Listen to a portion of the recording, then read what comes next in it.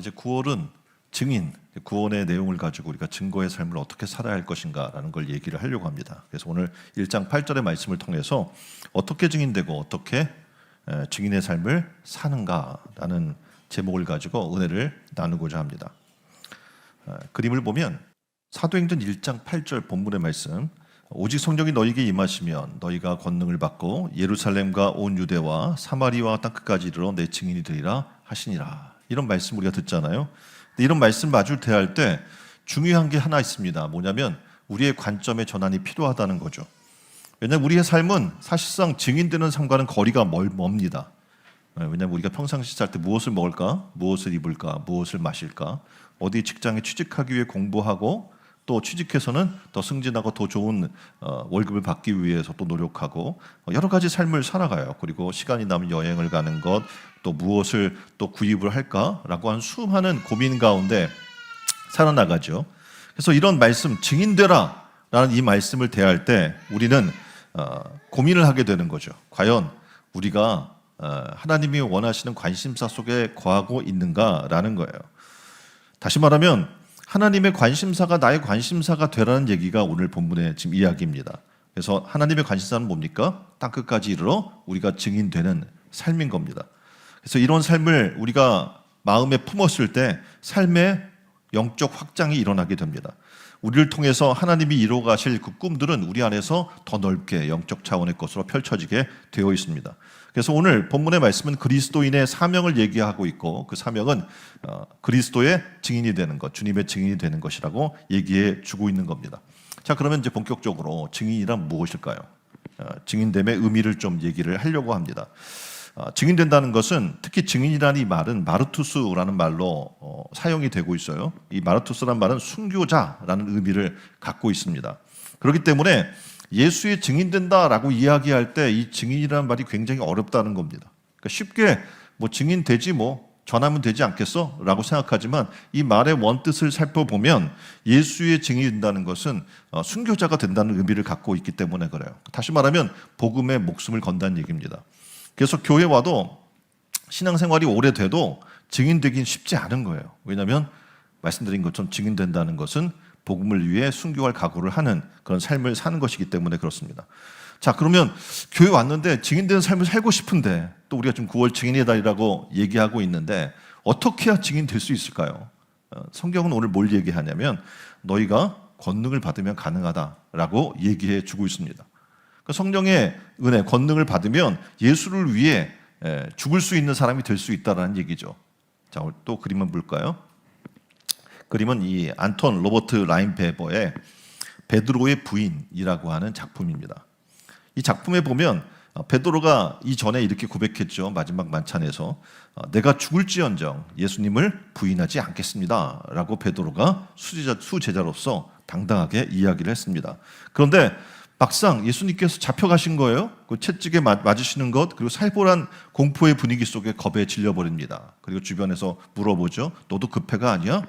했더니 베드로가 뭐라 그래요? 나는 그를 모른다고 부인하고 저주까지 합니다.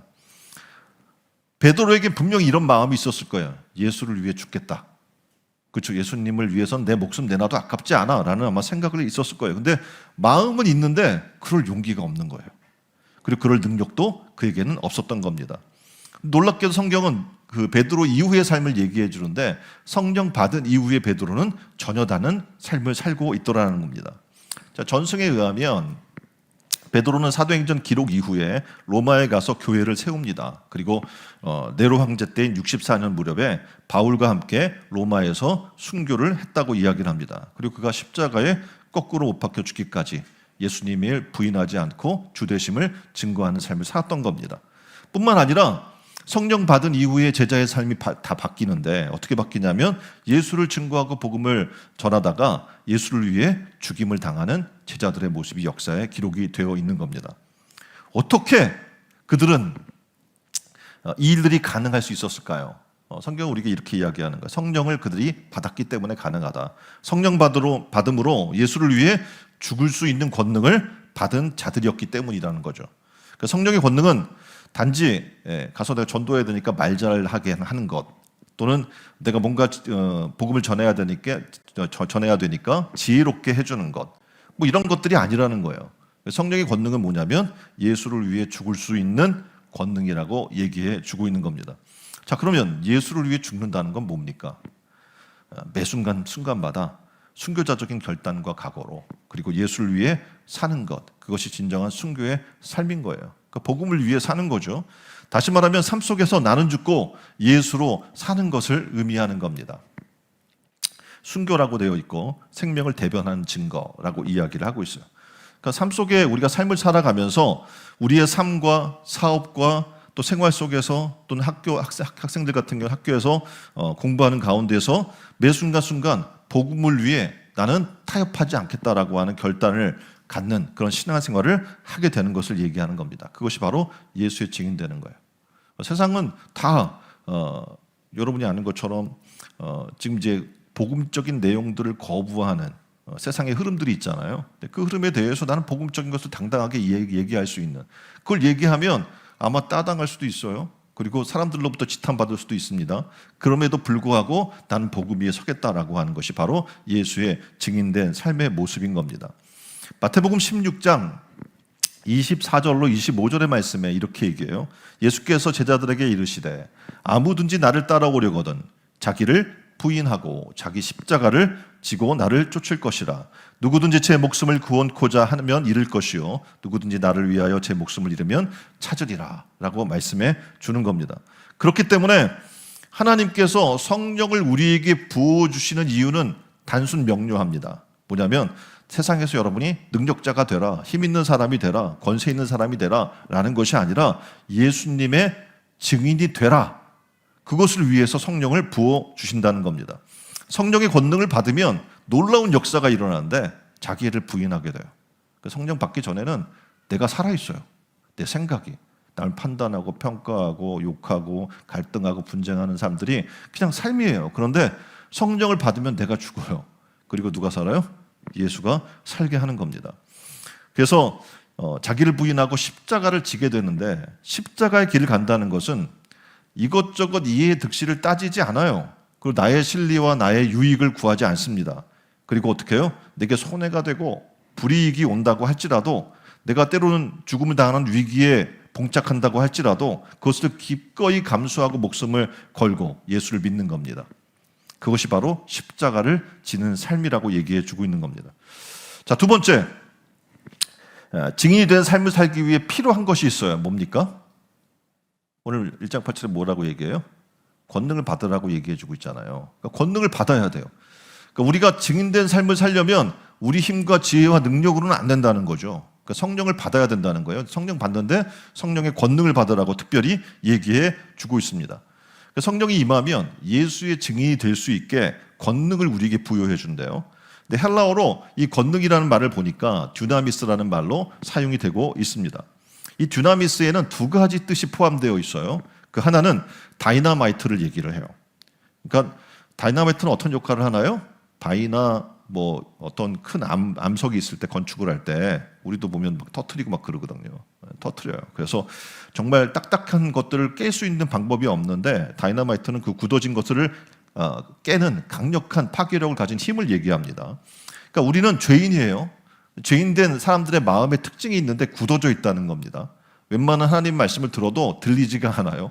그리고 그걸로 내가 마음이 감동되거나 변화되지도 않습니다. 그런데 성령이 임하면 이 광팍한 바위 같은 우리의 마음이 다이너마이트로 어떻게 해요? 폭파되는 거예요. 굳어진 마음이 깨지고 강팍한 심령이 부서지는 그런 역사를 부여해 준다는 거죠. 그러니까 우리 한국교회 초기에도 이런 역사가 굉장히 많았습니다. 그래서 여러분이 평양 대부흥을 얘기하면 거기 어떤 일이 있었어요?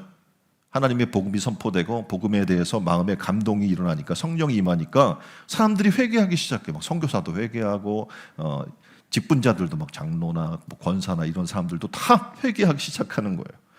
모든 그 사람들이 회개하니까 모두가 통회하고 자복하고 회개하는 일들이 일어나요. 그러니까 뒤집어지는 거죠. 그러니까 다이너마이트 같은 성령의 역사가 있었어요.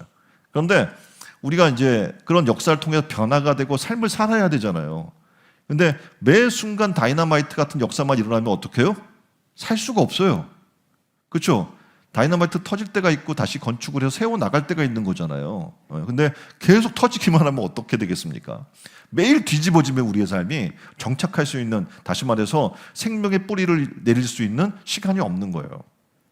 열왕기상 19장 11절로 12절에 보니까 엘리야 선지자가 바알 그리고 아시라 선지자 850명과 갈멜산에서 대결을 해요. 그리고 하나님께서 불을 내려주셔서 승리를 하죠. 그래서 바알 선지자들을 기손 시내에서 처단한 놀라운 일들을 행합니다. 근데 그 일 이후에 엘리야가 탈진해요. 너무 힘든 거예요. 그리고 이세벨이 자기를 잡아 죽이겠다고 하니까 막 절망 가운데 빠져 있어요. 그때 하나님은 엘리야에게 떡과 물을 주어 먹게 한 다음에 호렙산으로 가라고 얘기해요. 자, 근데 호렙산에 갔던 이 엘리야가 처음에 산을 가르고 바위를 부수는 강력한 바람을 목격하게 됩니다. 근데 그 가운데 주님 만날 수 없었던 거예요. 그 다음에 지진이 일어나고 땅을 진동시키는데 거기도 주님이 계시지 않는 거예요. 지진 후에 불이 붙어서 온 산을 태우는데도 그 뜨거운 불 가운데도 주님이 계시지 않습니다. 주님은 어디 계신 걸까? 이런 강력한 역사 가운데 임해야 될 텐데, 근데 놀랍게도 그것이 다 사라진 이후에 굉장히 세미한 음성으로 주님이 그에게 다가옵니다. 그리고 엘리야는 어떻게 새 사명을 받는 놀라운 일들이 일어나게 되는 거예요. 다이나믹스는 생활 속에서 역사하는 성령을 얘기합니다. 아까 다이너마이트는 성령의 강력한 파괴, 강팍한 내 마음, 심령을 깨트리고 부서뜨리는 역할을 한다면, 다이나믹은 생활 속에서 역사하는 성령을 얘기하는 거예요. 이제 우리가 2단계로 넘어가야 된다는 거죠. 그러니까 밤이슬처럼 임하는 은혜라고도 얘기하고, 또 우리의 믿음을 성장하게도 하고 인격을 성숙하게 하는 가루 속에 들어간 누룩이 번지잖아요. 번지면서 커지잖아요. 그런 서서히 움직이는 그런 놀라운 역사로 우리가 어떻게 해요? 부풀어지는 하나님의 성령의 역사를 얘기하는 겁니다. 다이너마이트 같은 경험을 통해서 예수를 믿는 자리로 나온 사람들이 굉장히 많습니다. 그런데 그 이후에 다이나믹의 역사로 조용히 말씀으로 다가오는 세미한 음성을 듣고 이 생활 속에 들어가야 한다는 거예요. 그것이 들어갈 때 어떻게 인격적 삶의 변화가 우리 삶에 일어나게 되겠죠. 근데 맨날 여러분이 다이너마이트 같은 그런 성령의 역사만을 바른다면 거기는 어떻게 해요? 큰 소리만 나다가 생활 속에 단단해지는 신앙의 삶으로 발전하지 못하게 되는 겁니다. 예를 들어서 교회 처음 들어온 사람들은 대다수가 죽었다라는 사람들이거나 어떤 큰 변화가 있는 사람들이 들어와서 사명받고 있게 돼요. 그런데 그걸 받았던 사람들은 어떤 또 문제가 발생하냐면 계속 그런 다이너마이트 같은 성령의 역사를 달라고 거기에 어떻게 해요? 갈급해지는 사람들을 보게 됩니다. 잘못하면 중독이 되는 거예요. 다이너마이트 같은 역사에 중독이 일어나요. 그러면 올바른 신앙의 성숙이 일어나게 되지 않습니다. 초기에 우리 교회 안에서도 굉장히 많은 다이너마이트 같은 역사가 일어났습니다. 여러분이 아시는 것처럼 눈먼 장님이 눈을 뜨는 역사가 우리 교회에 있었었고요.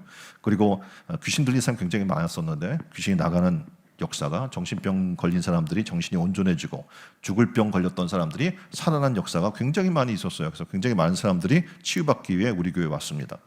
그런데 아셔야 될 것은 남아있는 사람이 별로 없다는 거예요. 거의 없어요. 그러니까 중요한 건 뭐냐면 부서지는 경험을 했던 안 했던 그게 중요한 게 아니라는 거예요. 문제는 뭐냐면 세미한 음성으로 만나는 하나님을 만나야 한다는 겁니다. 그래서 말씀으로 날마다 세미한 음성 가운데 거하는 하나님을 만나는 사람이 어떻게 해요? 인격적 변화가 일어나기 시작해요. 말씀을 생명으로 받고 또 말씀을 생명력으로 변화시키고, 그래서 성숙한 신앙의 인격을, 그리고 예수님을 닮아가는 사람으로 되는 그런 진정한 변화가 우리에게 필요한 겁니다. 지금 한국교회의 문제가 바로 여기에 있습니다.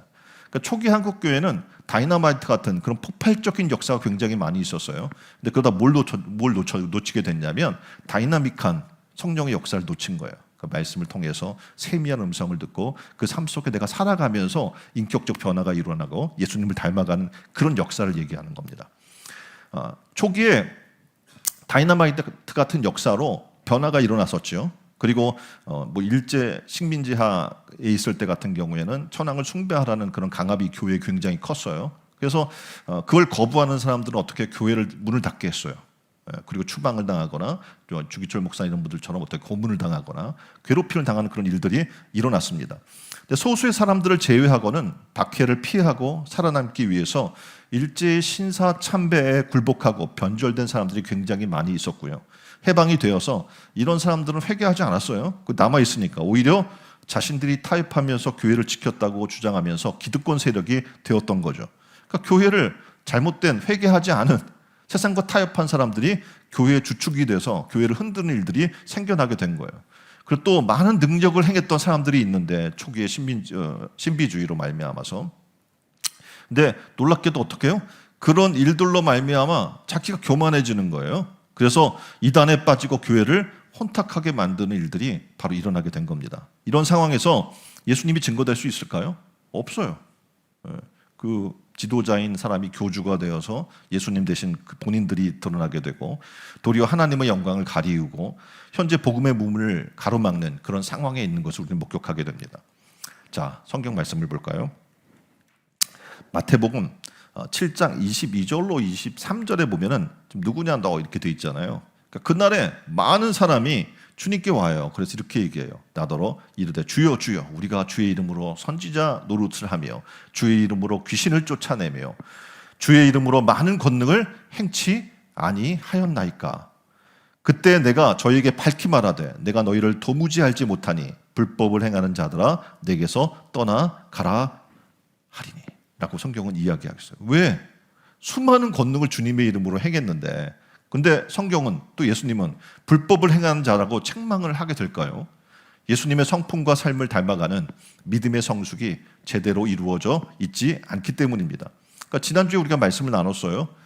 우리는 구원을 받았으면 끝이라고 생각하는 사람들이 많이 있는데 절대 아니고 어떡합니까?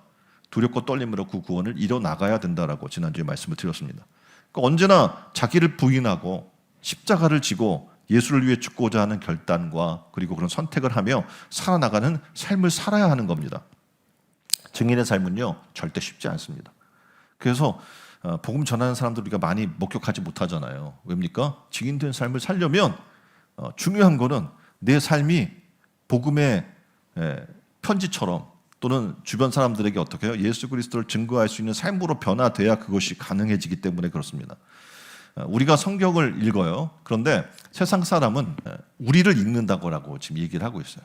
그러니까 우리는 성경을 읽는데 세상 사람들은 우리의 삶을 보고 우리를 통해서 하나님을 만나고 성경의 이야기를 들을 수 있는 거예요. 왜냐하면 우리의 삶이 하나님 말씀이기 때문에 그렇습니다.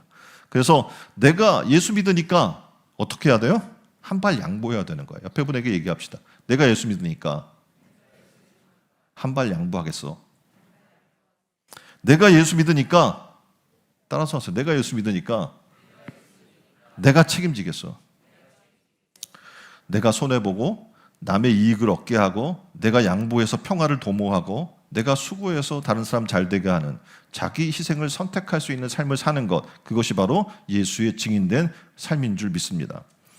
내 속에서 이 일들은 자원하는 심령으로 돼야지 누가 억지로 하라고 하면 절대 이 일은 될 수 없죠.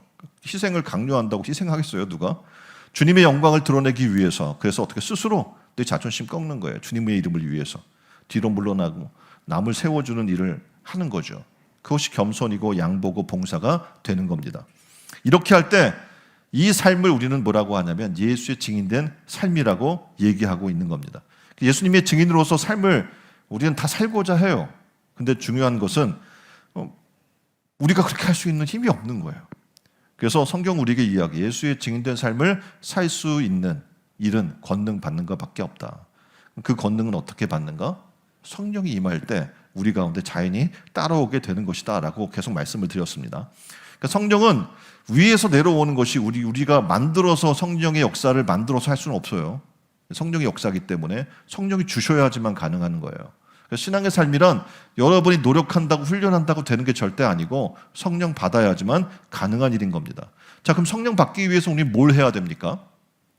뭘 해야 되나요? 성경은 이렇게 기다리라 라고 얘기해 주고 있습니다. 어떻게 기다리라고 얘기하고 있냐면 예루살렘을 떠나지 말고 기다리라고 이야기해 주고 있습니다.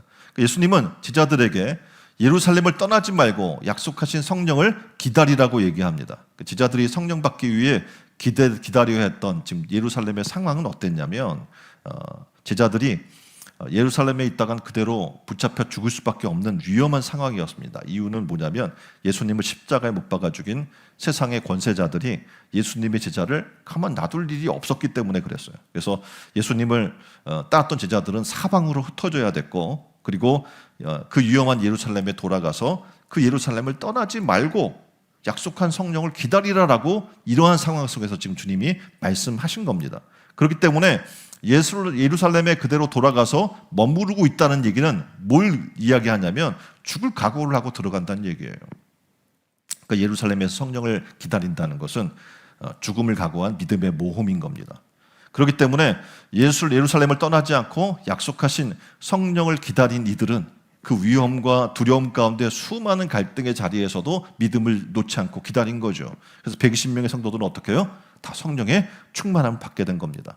지금 그림은 그겁니다. 부활하신 그 이후에 나타나심에 대한 지도인데, 고린도전서 15장 4절로 8절에 언급해주고 있는 내용들입니다. 그러니까 예수님께서 장사 지난 바 된 이후에 성경대로 사흘 만에 다시 부활합니다. 그리고 게바에게 보이고 후에 12제자에게, 그리고 그 후에 500여 형제들에게 일시에 보이셨나니 그 중에 지금은 태반이나 살아있고 어떤 이는 잠들었으며 그 후에 야고보에게 보이셨으며 그 후에는 모든 사도에게와 맨 나중에 만삭되지 못하여 난 자 같은 데게도 보이셨느니라 라고 이야기하면서 지금 많은 사람에게 보이셨다는 거죠. 특별히 500명 넘는 사람들이 다 약속받은 거예요.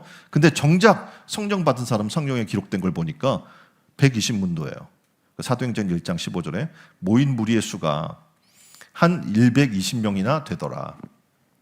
예수님의 약속을 붙들고 예루살렘에 돌아와 성령 받기를 기다리며 예루살렘에서 지금 성령 받기를 기다리며 믿음의 자세를 흐트리지 않고, 그리고 머물러 있던 사람의 숫자는 500명이 아니라 120명이었어요. 그럼 나머지는 어디 갔어요? 500문도였으면 나머지 380명 다 어디 간 겁니까? 그 사람들은 어떻게 약속 받았지만 끝까지 약속을 붙들고 끝까지 그곳에서 죽음을 각오하고 머물러 있지 않았다는 거죠. 이것은 오늘도 마찬가지예요. 회개하고 예수의 이름으로 세례받고 죄사함 받는 자리에 나아가면 놀랍게도 하나님이 성령을 부어주신다고 약속해주고 있습니다. 그런데 약속을 믿음으로 붙잡고 그 믿음의 자세를 흐트러뜨리지 않고 끝까지 기다리고 구하는 사람만이 성령을 받는다는 것, 성경은 얘기해주고 있는 겁니다.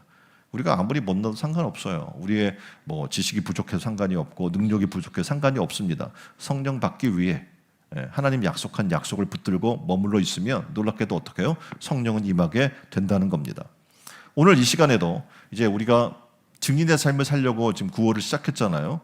증인의 삶을 살기 위해 성령 충만 받기 위해 갈급하십시오. 그리고 하나님의 약속의 말씀을 붙드십시오. 그럼 그 사람들에게는 어떻게 해요? 성령의 역사가 임하게 될 줄 믿습니다.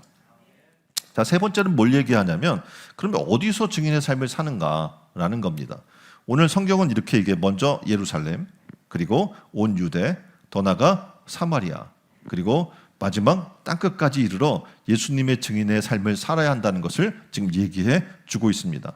첫 번째는 지금 예루살렘으로부터 시작을 하라라고 이야기하고 있어요. 예루살렘은 어디냐면 예수님께서 못 박혀 죽으신 이스라엘의 수도였고, 예루살렘의 중심은 예루살렘 성전이었습니다. 그러니까 성령이 임하시면 예수를 위해 죽을 수 있는 순교자가 됩니다. 근데 그런 권능을 받아서 예루살렘 성전으로부터 예수를 증거하는 순교자가 되라라고 얘기해 주고 있는 거죠.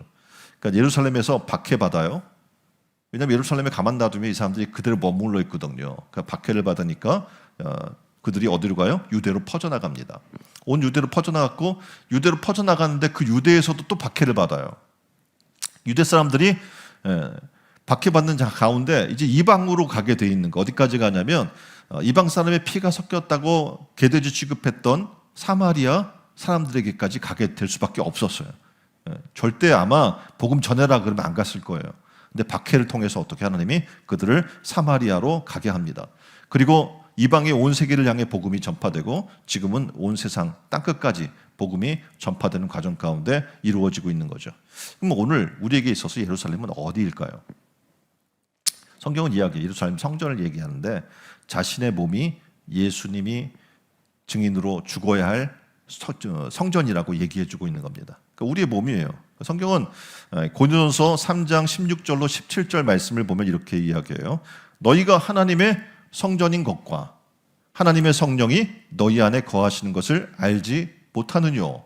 누구든지 하나님의 성전을 더럽히면 하나님이 그 사람을 멸하시리라. 하나님의 성전은 거룩하니 너희도 그러하니라 라고 말씀하고 있는 거예요. 그래서 성전부터 예수를 증거하기 위한 순교자가 된다는 것, 이 말은 예수님을 위해 내 자신이 먼저 어떻게 해요?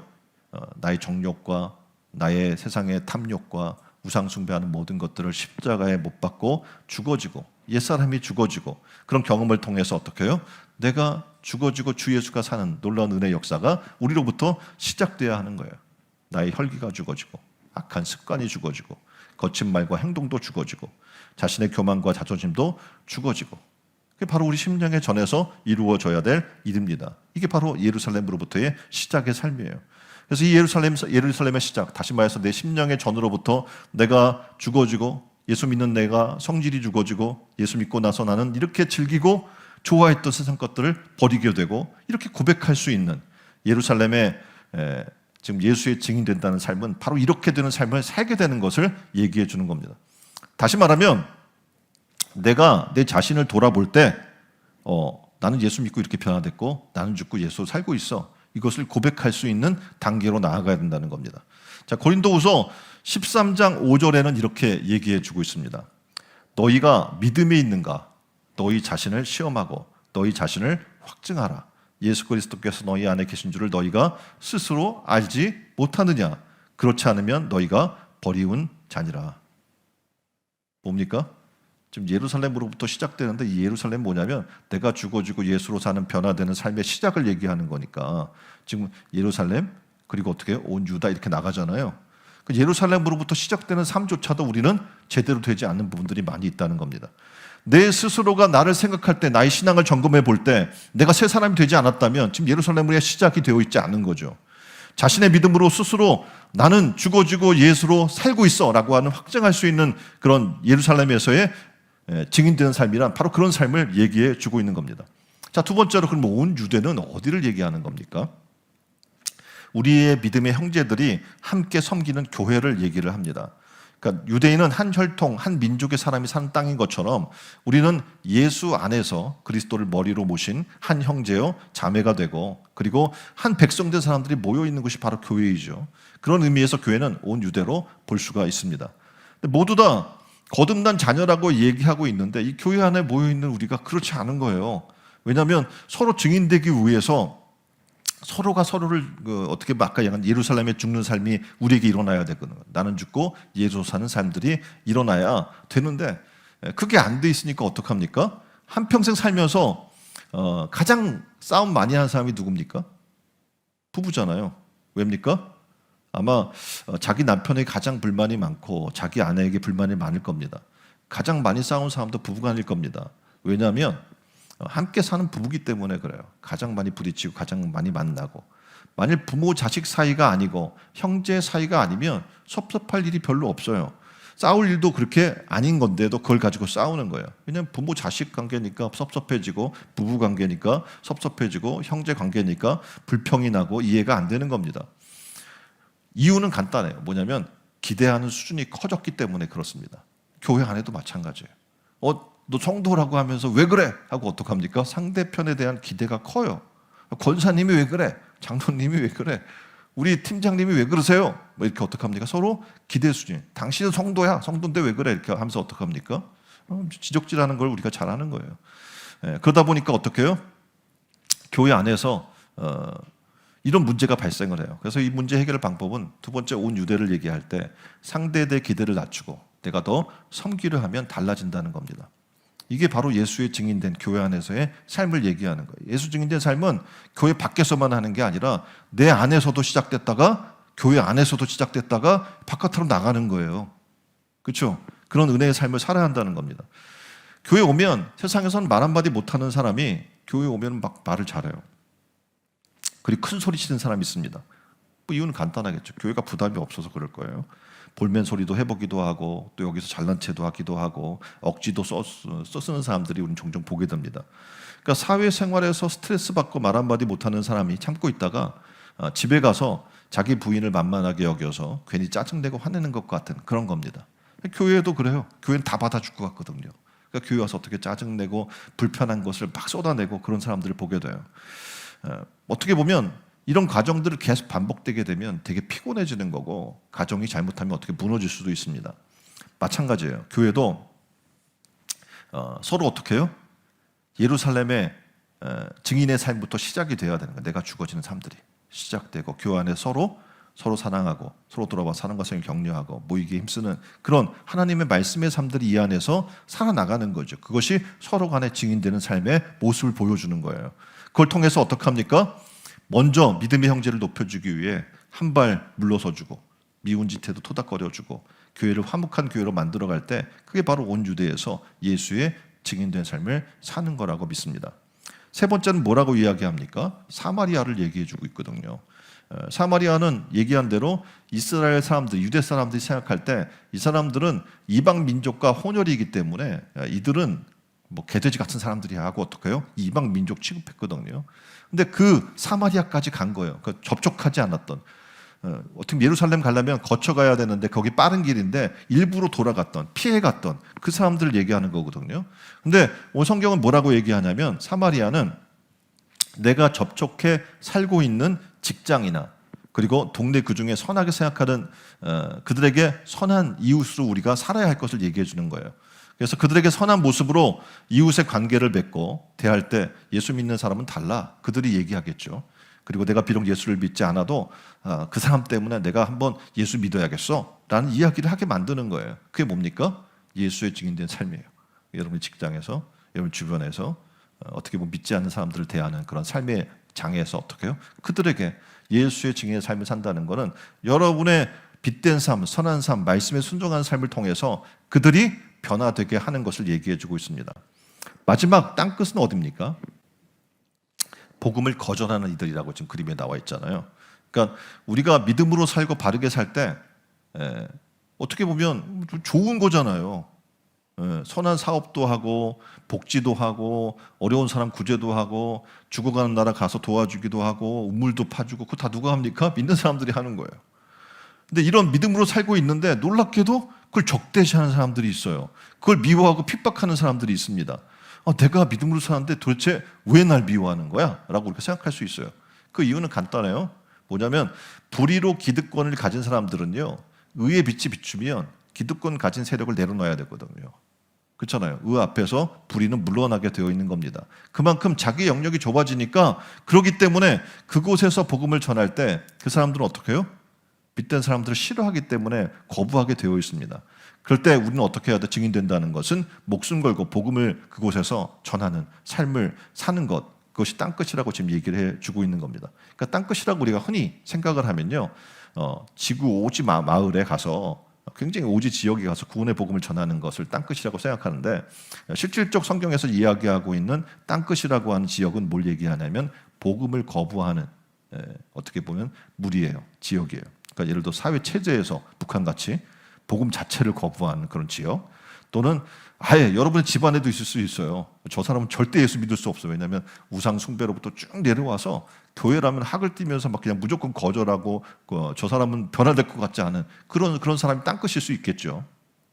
그렇게 가까이 있는 남편이나 형제라도 아까 말씀드린 대로 복음 거부하고 핍박하는 사람이 있다면 그 사람 마음에 땅끝인 겁니다. 그뿐만 아니라 복음을 거부하며 죽어가는 사람도 있어요. 또 사회에서 격리된 깊은 절망에 빠져서 밝은 사회를 보지 못하는 지금 감옥에 있거나 그런 사람들도 있을 수 있죠. 그 교회 안에 있으면서 또 왜곡되고 잘못된 신앙에 빠져서 도리어 잘못된 신앙으로 복음을 막는 그런 또 무리도 있습니다. 그런 사람들을 우리가 땅끝이라고 얘기할 수 있습니다. 마태복음 24장 14절에 우리 주님은 이 천국 복음이 온 민족에게 증거되기 위해서 온 세상에 전파돼야 되리니 그제야 끝이 오리라 이렇게 말씀해 주고 있습니다. 인자가 올 때 믿음을 보겠느냐라고까지 말씀하고 있어요. 한 지금 뭐 설문조사를 볼 텐데 미국의 바나그룹에서 미국의 Z세대 MZ 세대라고 이야기하는 그 13세, 18세 가장 편안함을 느끼는 그런 복음 전도가 어떤 방식입니까? 물어봤어요. 그랬더니 기독 청년과 비기독 청년 모두 다 판단하지 않고 경청하는 사람이 복음 전도에 굉장히 우호적입니다. 이렇게 이야기를 했어요. 또 비기독 청년 경우에 결론을 강요하지 않는 것에 대해서 복음 전도 방법을 선호하는 것이 높았고요. 그 비기독 청년이 가장 끌리는 전도 방법으로는 이렇게 얘기합니다. 55%가 자신의 믿음을 말이 아닌 행동으로 보여주는 것입니다. 라고 얘기를 했어요. 반면에 가장 끌리지 않는 전도 방법은 기독교 증거로 성경 본문만 인용하는 것이 58%, 그리고 기독교 콘텐츠를 그냥 아무 설명 없이 그것만 전해주는 것, 이것도 51%. 대화 중에서 자기를 되게 관심 갖는 것처럼 이렇게 뭐 기도해주고 그런 것들도 싫다라고 얘기를 합니다.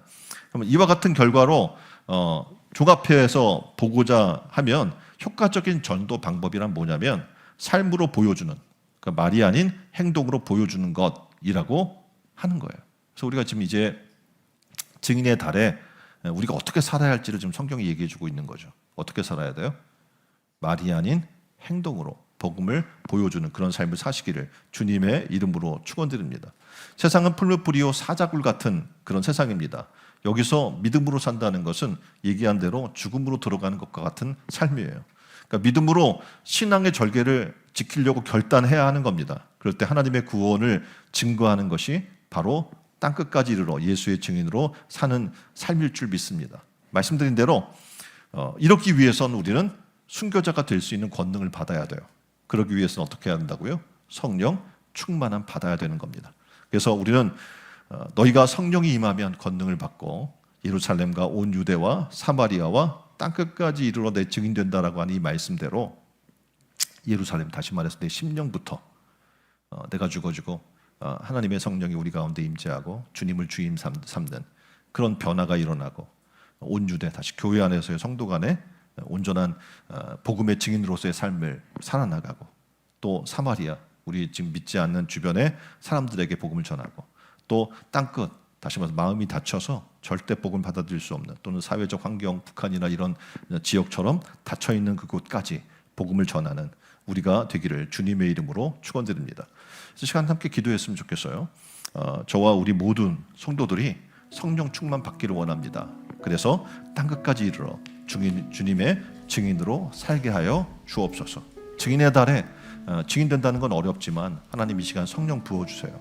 그래서 성령의 권능으로 말미암아 증인된 삶을 살아나갈 수 있는 우리가 되게 해달라고 다 같이 한 목소리로 기도하겠습니다. 9월 증인의 달 신촌 은혜로운 교회 성도들이